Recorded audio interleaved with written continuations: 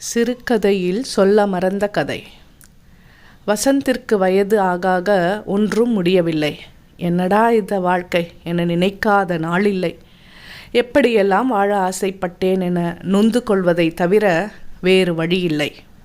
20 வயது வரை தாயின் பாசத்தில் இந்தியாவில் வளர்ந்து சொர்க்கம் என்றால் அது அமெரிக்காதான் என்ற மாயையை மனத்தில் நிறுத்தி மேற்படிப்பு வேலை என எதுவாக இருந்தாலும் அங்கேயே தான் என முடிவெடுத்து இதோ 20 ஆண்டுகளுக்கும் மேலாக விட்டன.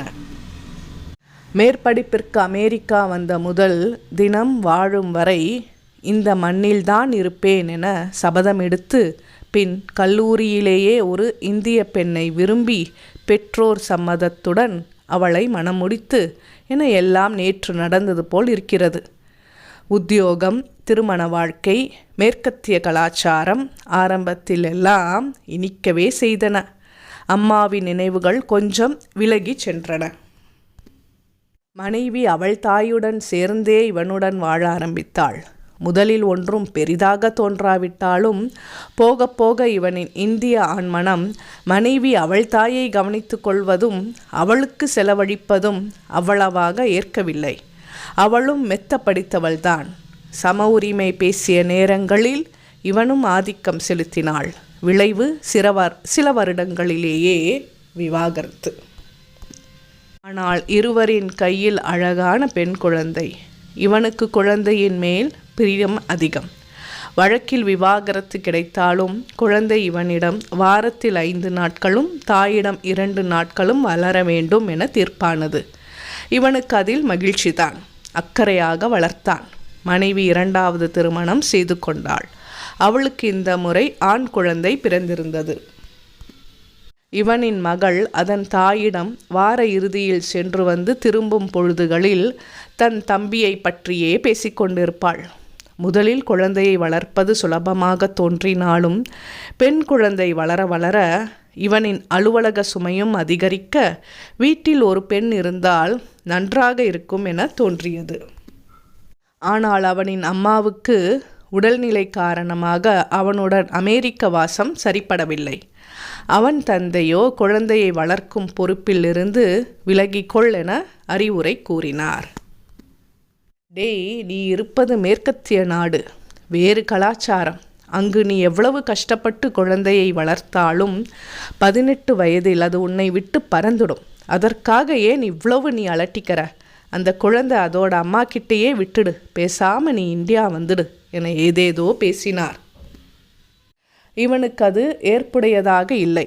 தன் பெண் குழந்தையை தானே வளர்ப்பேன் என சபதம் எடுத்தான்.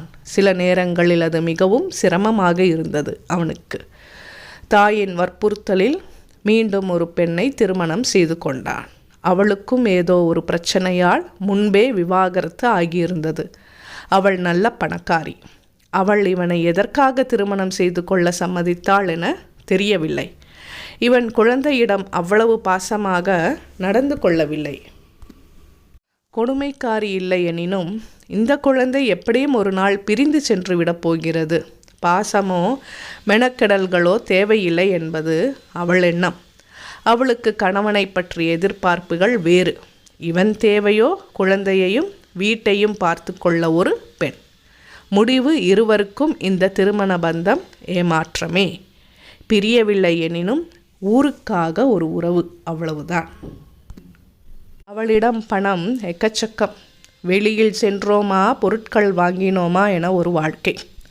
விளைவு ஒரு சமையல்காரியை வைத்து வீட்டு வேலைகள் நடந்தன. அவளை சொல்லியும் குற்றமில்லை என நினைத்து கொண்டான். பெண் குழந்தை வளர்ந்து கொண்டே இருக்கிறது. அவளின் தேவைகளை பூர்த்தி செய்ய இவன் ஓடிக்கொண்டே இருக்கிறான்.